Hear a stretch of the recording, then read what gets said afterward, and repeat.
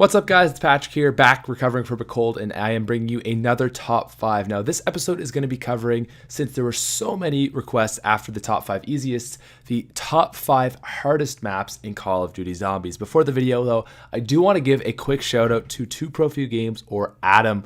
We had a bet a long time ago that he couldn't pack a punch all guns on Mob of the Dead. Very, very hard challenge, and he has actually done it. So if you guys want to go over, check out his channel. He does zombies very, very similar to my content. So if you like me, you'll definitely like him. Link in the description, go subscribe to him. Now let's get into this. This is the top 5 hardest maps in Call of Duty Zombies. Coming in at number 5, we have Shangri-La. Now this has always been really a notorious map for me. It's always definitely difficult, and there's some parts to it I gotta admit that are easy, which is kind of why it's only at 5, but there are definitely parts at times in this map when you are like, oh my god, what is going on here? This is crazy.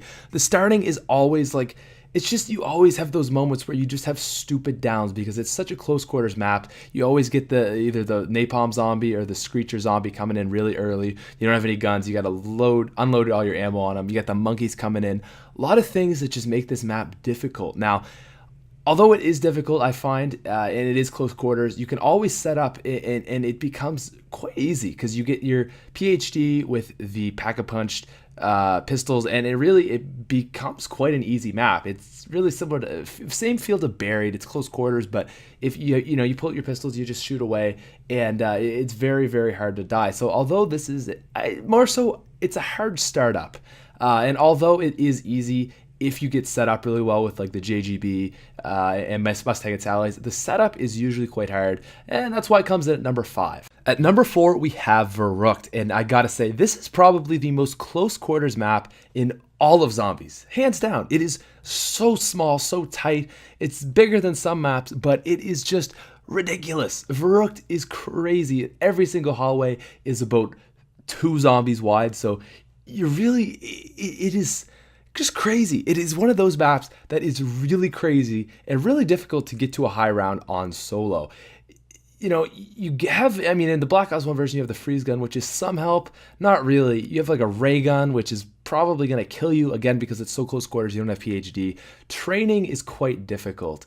As 4 players go, it's a little bit easier. You can do a really nice camping method using the traps, but even so, it still makes for an incredibly, incredibly hard map that, man, I don't even think I've made it to around 25 on this map. It's a struggle. It's a struggle. You got to do a full map train, really, is really the only sensible way you could do it, unless you're like Jesus. It's just a hard map that I really do not find fun to attempt. At number 3, we have Nuketown Zombies from Black Ops 2, and this is just one of those maps that, man, it's going to put you through the ringer. You have to be a skilled Zombies player to play on this. Number 1, you can't camp. You cannot camp on Nuketown Zombies. There's that one spot with the drop that you open the door up for like 3,000 points. You can kind of camp there, but not really. Not easily, not well. This map, you have to train. You literally have to train. There are so many spots where the zombies come out. There's no feasible area that you can go where you can camp. It's really, really crazy, and they did that on purpose. There's no barriers or anything like that. Number 2, no wonder weapons. So you got a ray gun, but once you get into the high rounds where the ray gun Mark II even doesn't do anything, you have to rely on just your skills. You can't have a backup plan where you just pull out your thunder gun or anything like that. If you get trapped, you're dead. There's no backup plan.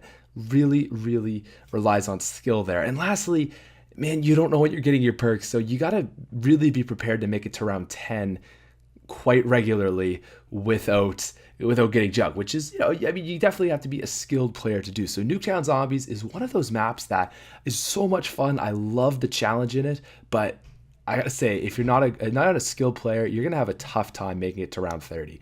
Coming in at number 2, we have the original bare bones World at War map, Nacht der Untoten. And this is one of those maps, man, that if you're not a good player, a very skilled player, you're not making it to even round 20, let alone 30s, 40s, 50s. This map is difficult. So let's look at what you're lacking here. Perks, decent wonder weapon. For those of you who don't know, I should mention that the ray gun is just not even viable because it has so much splash damage.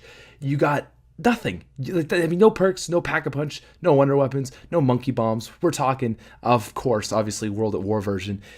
Ridiculously hard map. No second chances if you go down. No perks of any nature. You got 3 rooms. You got 2 guns.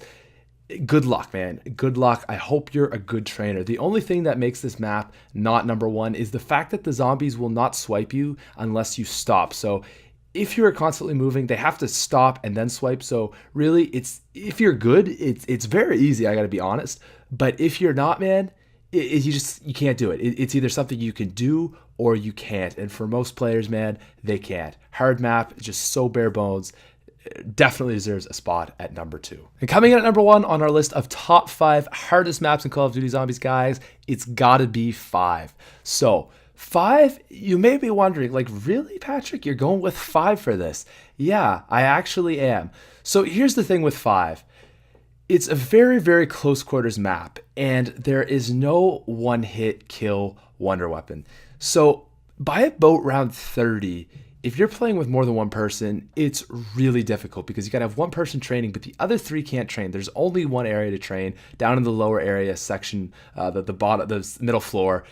There's no really good spot for the other players to go, so they gotta go in the elevators up and down. It's really, really hard. The guy training has no like backup plan if he gets stuck, which trust me, he will quite a bit because, like I said, it's so close quarters. So this map is just a really difficult time. And although it's not a hard map to make it to, let's say, around 30, which I'm sure everyone's like, oh, I can do, try making it to around 50 on 5. Tell me how that goes.